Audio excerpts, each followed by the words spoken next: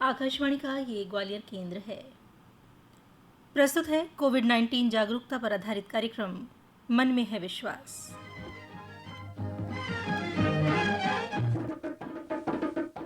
कार्यक्रम सुनने वाले सभी साथियों को तुलिका का नमस्कार।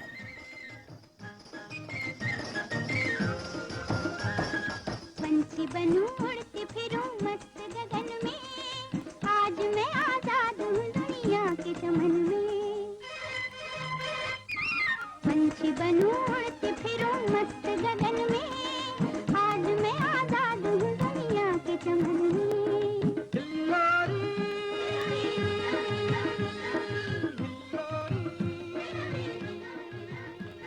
कभी जब मन से चिंताएं उतार कर फेंक दी जाए ना, तो कितना अच्छा लगता है। आजकल तो चिंताओं के बोझ तले हम इतना दबाव महसूस कर रहे हैं कि असर हमारे व्यवहार में दिखने लगता है। अगर ऐसा है तो समझ जाइए दोस्तों, ये अच्छा नहीं है। प्यारा सा म्यूजिक सुनिए, पंछियों की आवाज़ें सुनिए, बारिश निहारिए और दोस्तों से खूब खूब बातें कीजिए। मन को हल्का होकर उड़ने दीजिए।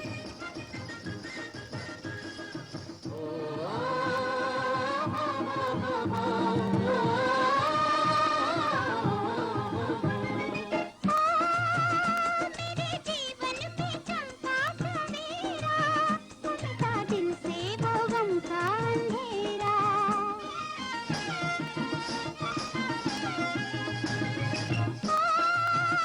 हरे खेतों में गाए कोई लहरा, तो यहाँ दिल पर किसी का ना पहरा। रंग बहारों ने भरा मेरे जीवन में, रंग बहारों ने भरा मेरे जीवन में, आज मैं आजाद हूँ दुनिया के चमन में। पंछी बनूं उड़ती फिरूं मस्त गगन में, आज मैं आजाद हूँ दुनिया के चमन में। श्रोता साथियों, लॉकडाउन ने हमारी गतिविधियों को नियंत्रित कर दिया है। कल कारखाने और यातायात के साधन बंद होने से हवा पहले से ज़्यादा साफ हो गई है। हमारी इस नई जीवन शैली ने हमें प्रकृति के और करीब पहुंचा दिया है और इसका सुखद परिणाम हम सब देख भी रहे हैं। अपने आसपास विभिन्न प्रजातियों के पक्षी आप सब देख पा रहे होंगे। विभिन्न स्थानों पर रिहायशी इलाकों में जंगली जानवर भी देखे गए हैं। वो पहले से ज़्यादा निर्भीक और स्वच्छंद होकर विचरण कर रहे हैं। ऐसा आपने महसूस किया होगा। ऐसे दृश्य हम अपनी आंखों में कैद कर लेना चाहते हैं, लेकिन कुछ लोग ऐसे होते हैं जो इन दृश्यों को स्थिर चित्र में यानी फोटोग्राफ्स में तब्दील कर देते हैं। ये पेशेवर फोटोग्राफर्स हमें ऐसी ऐसी सुंदर तस्वीरें खींच कर देते हैं जिनसे हम अपनी प्रकृति के बारे में बेहतर जानकारी प्राप्त कर सकते हैं। क्या होती हैं उनकी चुनौतियाँ और ये लोग कैसे काम करते हैं, इसी बारे में wild life photographer Sanjay Dutt Sharma से हमने बात की। आइए सुनते हैं संजय दत्त शर्मा से की गई ये बातचीत। संजय जी, स्वागत है आपका हमारे कार्यक्रम में। नमस्कार। धन्यवाद मैडम। संजय जी, आप वाइल्ड लाइफ फोटोग्राफर हैं। फोटोग्राफी का जी। शौक बहुत सारे लोगों को होता है, लेकिन एक विशेष क्षेत्र में जाना और उसमें महारत हासिल करना और उस वाइल्ड लाइफ फोटोग्राफर के रूप में पहचाने जाना बहुत मेहनत की मांग करता है। पहला सवाल हमारे श्रोताओं की तरफ से मैं आपसे ये पूछना चाहती हूँ कि फोटोग्राफी में शौक कब से डेवलप हुआ? शुरू से यही बनना चाहते थे कि कुछ और भी गोल्स थे आपके लाइफ के? नहीं मैडम, फोटोग्राफी का शौक तो वैसे बचपन से था हम्म, और एक्चुअली मेरे फादर फॉरेस्ट डिपार्टमेंट में थे तो उनके साथ जंगलों में जाना होता था मेरा। हम्म, तब से जंगलों का वाइल्ड लाइफ के प्रति रुझान तो बरकरार रहा, शुरुआत हो गई थी। हम्म, लेकिन करियर तब ये नहीं सोचा था कि करियर बनाना है इसको। हम्म, उस पर कुछ और प्लानिंग थी लेकिन वो सक्सेसफुल नहीं हो पाई। हम्म, तो कुछ समय बाद करीब मैंने आज से 6 साल पहले इसको सीरियसली एज ए करियर इसको परस्यू किया। हम्म, तो अब मैं फुल टाइम मतलब सीरियसली वाइल्ड लाइफ फोटोग्राफी ही कर रहा हूँ। वाइल्ड लाइफ फोटोग्राफी में कैसे कैसे काम आपको करने पड़ते हैं? आमदनी का जरिया कैसे बनता है ये? मैडम, आमदनी का जरिया इसमें एक तो है कि कुछ जो एनजीओ हैं जो वाइल्ड लाइफ प्रोटेक्शन के लिए काम करती हैं, हम्म, अगर उनसे अगर अपन संपर्क करें, उनके अपन कामों में सहयोग करें, हम्म, तो वो लोग वाइल्ड लाइफ फोटोग्राफर्स को कुछ रोल देते हैं। हम्म, इनको डेटा सबमिट करना होता है, बुक्स पब्लिश करनी है, तो उनके लिए फोटोग्राफ्स चाहिए होते हैं अच्छे। हम्म, एक रीजन तो वो है। दूसरा, अगर अपन इसको एज ए लाइक अगर ट्रेनर की तरह भी अपन काम करें तो बर्ड वॉचिंग भी आज की डेट में एक बहुत अच्छा शौक है लोगों के लिए, हॉबी बन गया है, काफी बड़ा ल्यूक्रेटिव काम है ये भी। इसमें भी लोग अच्छा पैसा कमा रहे हैं। तो ये 2-3 ऑप्शन है। और बाकी फॉरेस्ट डिपार्टमेंट के कुछ प्रोजेक्ट आते रहते हैं, अगर उसमें सक्सेस मिल जाए तो वो भी एक जरिया है। फॉरेस्ट डिपार्टमेंट के साथ अभी आप जुड़े हुए हैं, क्या काम होता है फॉरेस्ट डिपार्टमेंट के लिए एक वाइल्ड लाइफ फोटोग्राफर का, या आप किस तरह के काम करते हैं? मैडम, जहाँ तक मेरा सवाल है, मैं उनसे जुड़ा हुआ हूँ पिछले 5-6 सालों से। तो मैं उनके साथ उनका कुछ ट्रेनिंग प्रोग्राम्स चलते हैं, जिनमें से एक का अगर मैं डिस्क्राइब करूँ आपको तो अनुभूति नाम से एक प्रोग्राम चलता है। अनुभूति में फॉरेस्ट डिपार्टमेंट क्या करता है, मध्य प्रदेश शासन सरकारी स्कूल के बच्चों को जंगल में जाके जंगल की अनुभूति करवाते हैं। तो उसमें एज ए मास्टर ट्रेनर मैं उनके साथ में काम कर रहा हूँ पिछले 5 साल से। तो वो साल में 2-1 बार करते हैं प्रोजेक्ट इस तरह के। तो एक तो वो है। दूसरा मैं क्योंकि बर्ड वॉचिंग में भी हूँ, बर्ड आइडेंटिफिकेशन में थोड़ा सा रुचि रखता हूँ। उसके अलावा बर्ड की हैबिट्स एंड हैबिटेट्स में स्टडी करता रहता हूँ। तो फॉरेस्ट डिपार्टमेंट मुझे कई बार अपने स्टाफ को ट्रेनिंग देने के लिए बुलाता है कि बर्ड को कैसे पहचानना है, कौन सी बर्ड कहाँ पाई जाती है, माइग्रेटरी बर्ड कौन कौन सी हमारे यहाँ आती हैं। तो इन सब का डेटा तैयार करने के लिए मेरी सेवाएं लेते हैं लोग।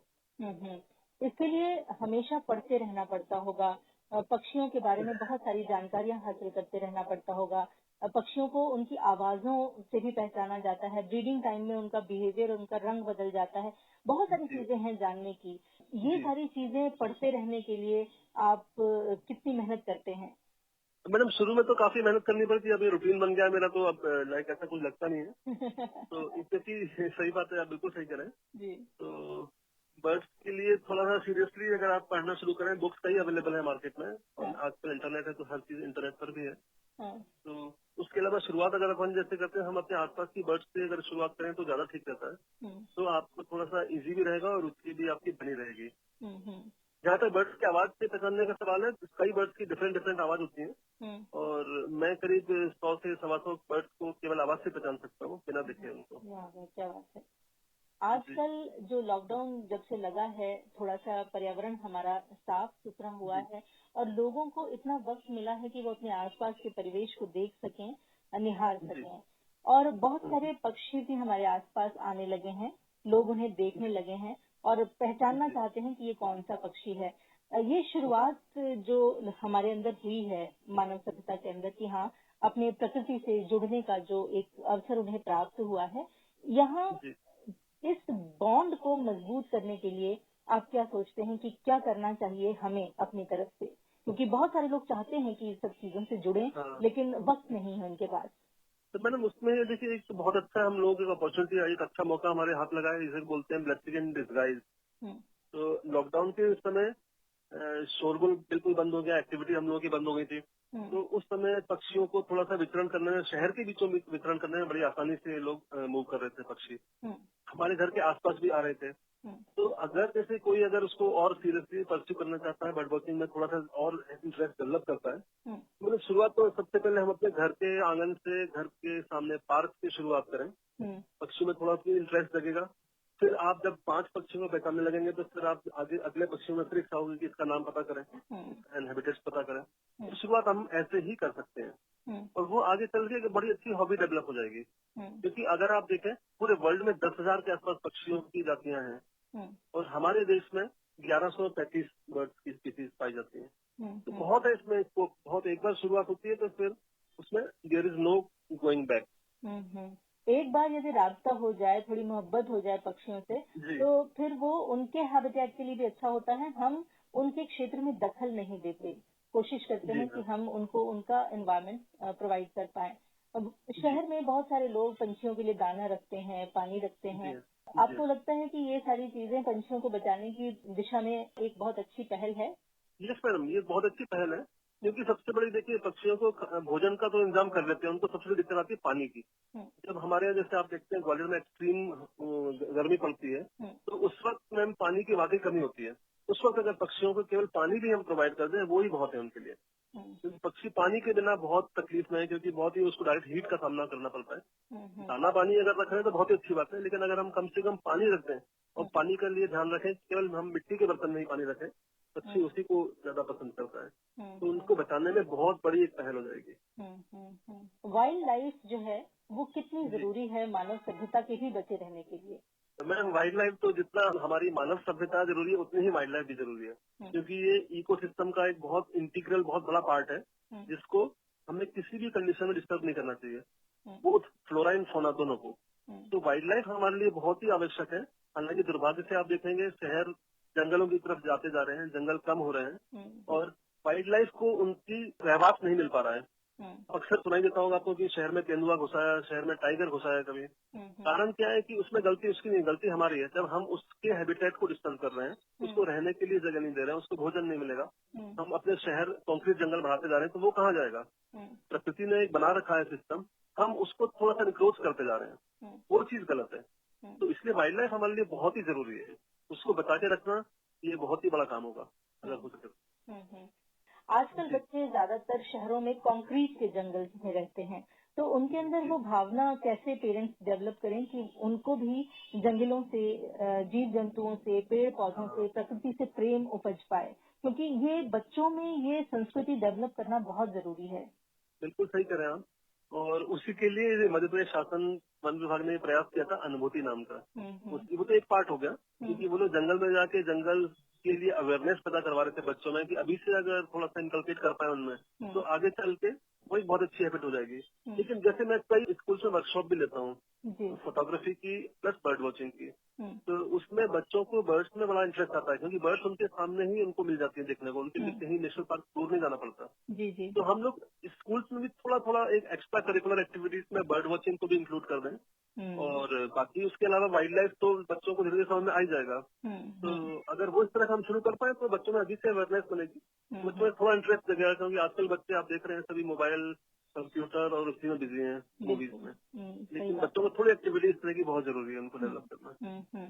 बर्ड वॉचिंग आपका फेवरेट काम ऐसा लग रहा है कि है? जी yes, मैम। तो ग्वालियर और उसके आसपास बर्ड वॉचिंग का कोई कार्यक्रम आप आयोजित कराते हैं क्या? मैडम मैं स्कूल के थ्रू करता हूँ, स्कूल के स्टाफ में मिलके, इंडिपेंडेंट मैं नहीं करता। तो इस तरह से बर्ड वॉचिंग के, हालांकि ग्वालियर के आसपास कुछ स्पॉट्स हैं, हमको लगता है कि ग्वालियर के आसपास वाइल्ड लाइफ नहीं है, ऐसा बिल्कुल नहीं है, ऐसा गलत है। वाइल्ड लाइफ भी अच्छी है हमारे ग्वालियर के आसपास और बर्ड लाइफ भी बहुत अच्छी है। माइग्रेटरी बर्ड्स हमारे यहाँ बहुत आती हैं। तिगरा हमारे लिए बहुत अच्छी जगह, तिगरा में बहुत माइग्रेटरी बर्ड्स आती हैं। तिगरा है, देवखो है, भदावना है।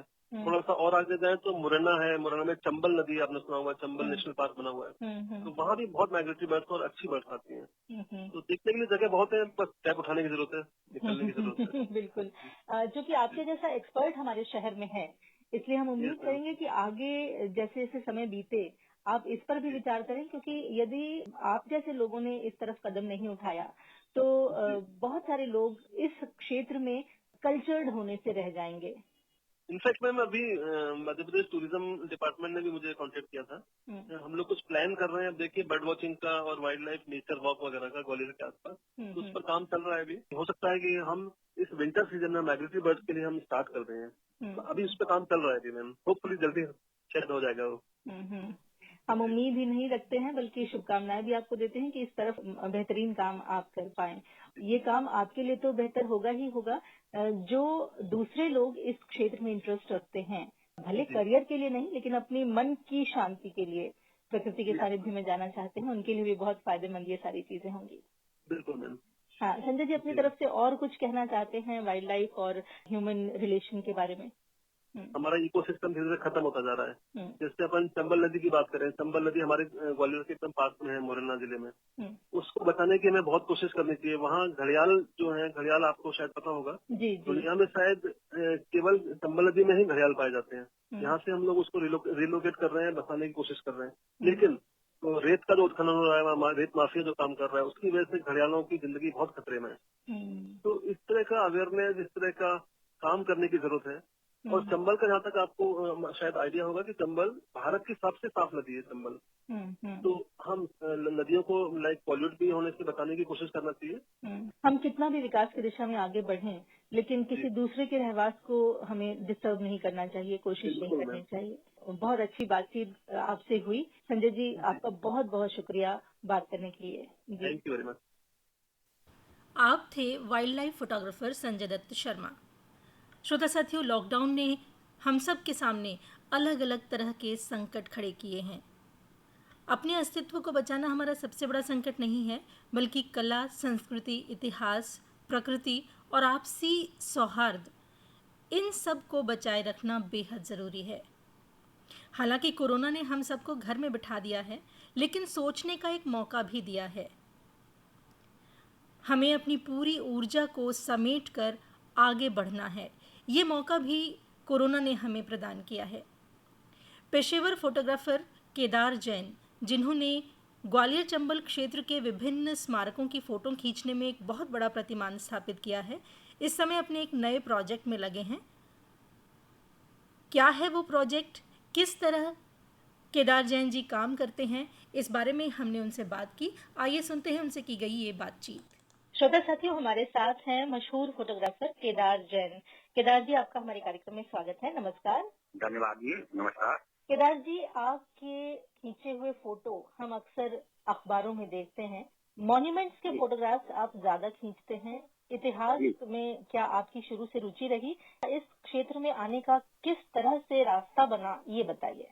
दरअसल में मेरा परिवार संस्कृति के क्षेत्र में काफी जुड़ा हुआ शुरू से ही रहा है और मेरे दादाजी भी गीतकार, संगीतकार थे, लेखक थे, कवि थे, वैद्य थे, श्रीलाल जैन साहब, और मेरे पिताजी कविवर डॉक्टर कैलाश कमल जैन, जिन्होंने फिल्म इंडस्ट्री में काफी उनके गीत भजन आए और काफी सारी किताबें उनकी पब्लिश हुई। और साहित्य मंदिर हमारी खुद की एक मात्र संस्था है जो लगभग 100 साल से एक्टिवेट है। तो एक माहौल हमारा जो था वो सांस्कृतिक गतिविधियों को लेके एक 24 घंटे वाला माहौल था। कभी काव्य गोष्ठी घर में हो रही है, कभी गम्मत हो रही है, तो विचारों के आदान प्रदान होते थे। तो इन सब चीजों को लेके जो भी हमको थोड़ी बहुत माहौल मिला, तो बस हमको शौक में ये काम हमारा व्यवसाय में बदल गया। सभी लोग, कोई कवि है, कोई वैद्य है, कोई दूसरी तरह का कलाकार है। फोटोग्राफी एक नया शौक आपको कैसे आया? कैमरा हाथ में कैसे आया? मेरे पिताजी कलम से अपनी भावनाओं को कागज पर करते थे और मैं अपनी भावनाओं की अभिव्यक्ति अपनी कैमरे के माध्यम से कागज पर उकेर के करता हूँ। बस इतना सा इसमें फर्क है। पुरातत्व का तो यह है कि ये हमारा एक ऐसा पुरातत्व का संसार है कि जिसमें हम जितना पीछे जाते हैं हमको हमारी संस्कृति, हमारी विरासत, ये सब जानने का मौका मिलता है। और हमारा प्रयास रहता है कि हम आने वाली पीढ़ी को भूत के बारे में समझा के भविष्य में इसकी देखरेख हो, इसका प्रचार प्रसार हो। तो कला और संस्कृति के क्षेत्र में जो भी सेक्टर है, चाहे वो नृत्य का हो, गीत का हो, संगीत का हो, काव्य का हो, पेंटिंग का हो, मूर्ति कला का हो, तो फोटोग्राफी में कई सारे सेक्टर हैं। मेरा जो था कि जिस सब्जेक्ट पे काम नहीं हुआ है मैंने उस पर काम किया। ग्वालियर और चंबल क्षेत्र का कोई भी मॉन्यूमेंट, कोई भी स्मारक ऐसा नहीं है जो केदार जैन के कैमरे में कैद नहीं हुआ हो। ये शौक जो है फोटोग्राफी का, बहुत खर्चीला शौक है। इसके साथ कैसे मैनेज करते हैं? मेरे साथ में ये रहा कि सरकार की तरफ से हमें राजाश्रय भी मिलता रहा। जो हम मॉन्यूमेंट्स की फोटोग्राफी करने जाते थे या डांसेस की करने जाते थे या किसी समारोह की करने जाते थे, तो हमको वो डिपार्टमेंट उन फोटोग्राफ को खरीद लेता था हमसे। तो वो हमारे यहाँ फिर वो दाल रोटी भी उससे चलती रही। हमको इस काम में आनंद आने लगा और सभी के सहयोग से हम इस काम में आज यहाँ तक पहुँच पाए हैं। अभी हमारा जो प्लान है, हम ताजमहल पर हिंदुस्तान का एक वर्चुअल म्यूजियम बनाने जा रहे हैं जिसमें भारत की 635 परफॉर्मिंग आर्ट की कलाएं हैं, जिनमें 30 राज्यों के डांसेस हैं, गायन कला है, वादन कला है, क्लासिकल का क्षेत्र है, फोक का क्षेत्र है, ट्राइबल का क्षेत्र है। इन सब की कलाओं को लेकर एक वर्चुअल म्यूजियम बनाने के लिए हम प्रोसेस में हैं। ताजमहल पर पूरे विश्व के सैलानी आते हैं। ऐसे में हमारी परफॉर्मिंग आर्ट्स को पूरी दुनिया वहाँ देखे एक ही जगह, हमारा उद्देश्य है। हाँ, क्या बात है। आप अपने इस उद्देश्य में सफल हों और भारत की जो सांस्कृतिक सभ्यता है उसका दूर दूर तक प्रचार प्रसार हो, इसमें आप अपना योगदान तो दे ही रहे हैं। हम अपने श्रोताओं को बताना चाहेंगे कि हमारे आकाशवाणी के स्टूडियोज में एक गैलरी बनी है जिसमें ग्वालियर घराने के संगीतकारों के चित्र हैं। वो सारे चित्र भी आपके संग्रह से हैं और उन चित्रों को वहाँ लगाने में आपका बहुत बड़ा योगदान है। ये सारे चित्र कैसे इकट्ठे किए आपने, क्योंकि पूरी एक संगीतमय यात्रा है, संगीत घराने की परंपरा है। वहाँ मियां तानसेन का भी चित्र है, राजा मानसिंह तोमर का भी चित्र है, जिनका जमाना बहुत पहले रहा। तो ये चित्र आपने कैसे इकट्ठे किए? असल में इन सबके पीछे एक सहयोग रहा। जब हमारे यहाँ तत्कालीन डायरेक्टर थे आकाशवाणी के श्री स्वर्गीय रामस्वरूप रतौनिया जी, उन्होंने मेरे से तानसेन समारोह में कहा, क्योंकि मैं तानसेन समारोह से लगभग 30 साल से जुड़ा हूँ, फोटोग्राफी कर रहा हूँ, एग्जीबिशन कर रहा हूँ, तो निसंदेह सारे जो संगीत के घराने हैं उनसे मेरा अपना परिचय है। तो जब मेरे को ग्वालियर घराने पर प्रदर्शनी करने की आवश्यकता हुई, तो मैं पहले से ही प्रयासरत था और सभी से छायाचित्रों का मैं संकलन कर रहा था। फिर वो एक लंबे समय का संकलन, जिस तरह से मधुमक्खी कई हजार फूलों में से निकाल के शहद बनाती है और पब्लिक को दे देती है, अपने लिए नहीं रखती शहद, कभी मधुमक्खी खुद नहीं पीती, समाज के लिए वो करती है। तो वो एकत्रित करके हमने समाज के लिए एक गैलरी आकाशवाणी में हमेशा के लिए स्थापित की, ग्वालियर घराना के मूर्धन्य संगीत गायकों वादकों की, और आकाशवाणी के डायरेक्टर जनरल श्री लीलाधर मंडलोई जी ने इसका शुभारंभ किया था। ये हमारे लिए गर्व की बात है जी जी, ये हमारे लिए सौभाग्य की बात है जी। और मेरे लिए सौभाग्य की बात है कि उसका जो उद्घाटन समारोह हुआ था उसकी मैंने घोषणा की थी। जी जी जी, और इतने बड़े काम में हम लोग सहभागी हैं, ये हमारे लिए गौरव की बात है जी। और उसी गैलरी में से निकलकर रोज हम अपने स्टूडियोज में आते हैं, उन सभी चित्रों से रोज हमारा साबका होता है। केदार जी, आगे किस तरह के प्रोजेक्ट्स पे काम कर रहे हैं, या फिर आप जिस तरह के एग्जीबिशंस लगाते हैं उसके लिए कितनी मेहनत करनी पड़ती है, ये सभी हमारे श्रोताओं को बताइए। असल में एग्जीबिशन एक डॉक्यूमेंटेशन वर्क होता है। जब हम कोई भी एक सब्जेक्ट चूज करते हैं तो सब्जेक्ट में उसके इतिहास पर भी जाना पड़ता है, उसके जो मूल तत्व हैं वो नष्ट न हो, तो ये सारी जानकारियां उसमें एकत्रित करना होती हैं। क्योंकि छायांकन का मामला है तो उसमें सब्जेक्ट को दिखाना भी आवश्यक होता है। तो हालांकि कठिन काम तो है, लेकिन हमारे ग्वालियर के मशहूर कवि मुकुट बिहारी सरोज जी हैं, तो उनकी 2 लाइनें सुनाता हूं मैं कि जब तक कसीना कमर तभी तक कठिनाई है, वरना कौन सा काम है जो किया ना जा सके। सही बात। तो जब भी कोई काम हम अपने हाथ में लेते हैं, हम इसको नहीं मानते कि हमने ये प्रोजेक्ट लिया, वो तो जब सरस्वती की कृपा होती है तब वो बुद्धि में कुछ भी कर दे तो वो तब काम चलने लगता है। बार की तो ये ऊपर के किसी भी आशीर्वाद के बिना काम ये वाले संभव नहीं हो पाते। बिल्कुल सही बात है, क्योंकि ये धर्म, राष्ट्र, संस्कृति से जुड़े हुए काम होते हैं, जन भावना से जुड़े हुए काम होते हैं। इसमें किसी भी प्रकार की चालाकी या किसी भी प्रकार का नकलीपन भी नहीं कर सकते। इस काम को शुद्धता के साथ करना आनंददायक है, थोड़ा बहुत कठिन होता है, लेकिन उतना आनंद भी फिर बाद में आता है। जितना आप मेहनत लगाते हैं उतना ही फल मिलता है। कम लगाएंगे कम मिलेगा, ज्यादा लगाएंगे तो ज्यादा मिलेगा। ये ईश्वरीय आशीर्वाद होता है इस तरह के कामों में। केदार जी, ये लॉकडाउन का समय बड़ा मुश्किल समय है। आप परफॉर्मिंग आर्ट्स की बात कर रहे हैं, आप कैमरा पर्सन हैं और बहुत सारे चित्र खींचते हैं। ये सारी चीजें जनता तक पहुंचनी आवश्यक हैं और बहुत सारे कार्यक्रम, बहुत सारे समारोह जो हैं वो रद्द हो गए हैं इस पूरे माहौल की वजह से। तो बड़ा संकट का समय है ऐसे लोगों के लिए। इस संकट के समय में आप किस तरह से काम कर रहे हैं? देखिए तुलिका जी, संकट तो आया ही है, लेकिन ये संकट मेरे को लगता है कि मेरे को कुछ अच्छा देके जा रहा है। मैंने लगभग 20 साल परफॉर्मिंग आर्ट पर फोटोग्राफी का काम किया जब सारी परिस्थितियां अनुकूल थी। आज ऐसी स्थिति में जब सारे आयोजन पूरे विश्व भर में संस्कृति के क्षेत्र में बंद हो गए हों, तब एक ही हमारा सहारा रह जाता है जो परफॉर्मिंग आर्ट जो मैंने अपने कैमरे के माध्यम से अपने कागज पर उनकी रेप्लिका लिए हैं, इम्प्रेशन ले लिए हैं, वो आने वाली पीढ़ियों के लिए एक बहुत बड़ा एविडेंस होगा। मेरे पास जो आज जो भी संग्रह है वो देश के लिए है, आने वाली पीढ़ी के लिए है। बस हम उसको अपडेट कर रहे थे। जब से लॉकडाउन लगा कई लाख चित्र थे, उनको अपडेट करते हुए हमने लॉकडाउन को गुजारा है और देश के लिए हम एक बहुत बड़ा सौगात देने वाले हैं। इसका टाइटल होगा मेरा देश। वाह, क्या बात है। जितने भी इसमें आपके क्लासिकल गायन वादन के भी फोटोग्राफ्स हैं, उन सब में आपको एक रिदम मिलेगी, एक मोशन मिलेगा। अच्छा। ये जैसे कथक है, कथक में अगर हम स्टार्टिंग में चित्र लेते हैं वंदना में, तो बड़े आसानी से कोई भी ले सकता है।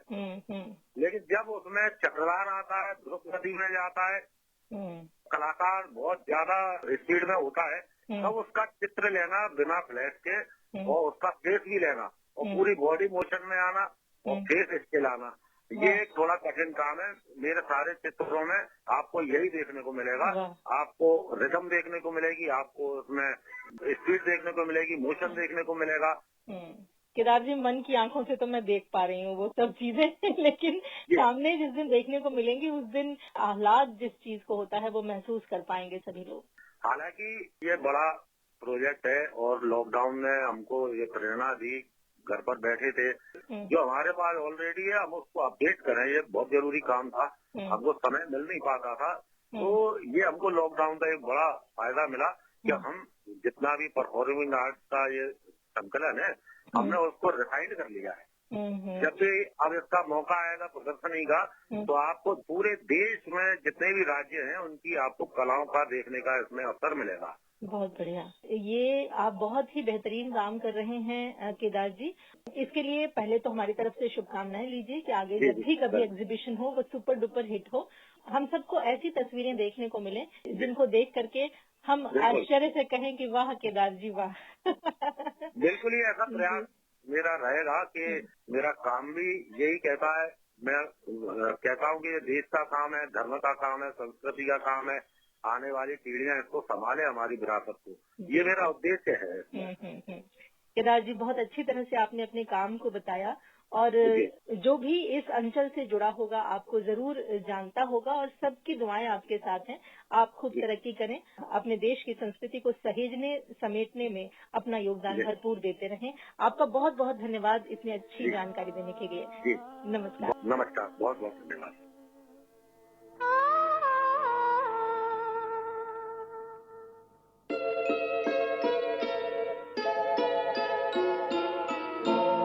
एक शहंशाह ने बनवा के हंसी ताजमहल, सारी दुनिया को मोहब्बत की निशानी दी है। इसके साए में सदा प्यार के चर्चे होंगे, खत्म जो हो न सकेगी वो कहानी दी है। एक शहंशाह ने बनवा के हंसी ताजमहल।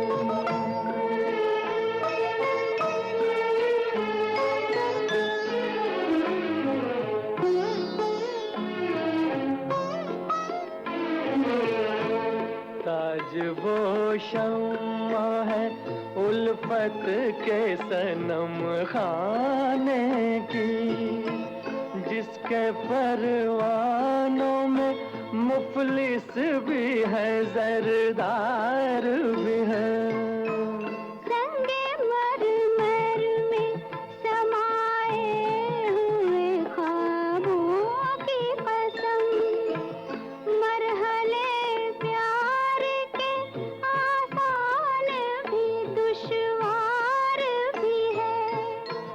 दिल को एक जोश इरादों को जवानी दी है।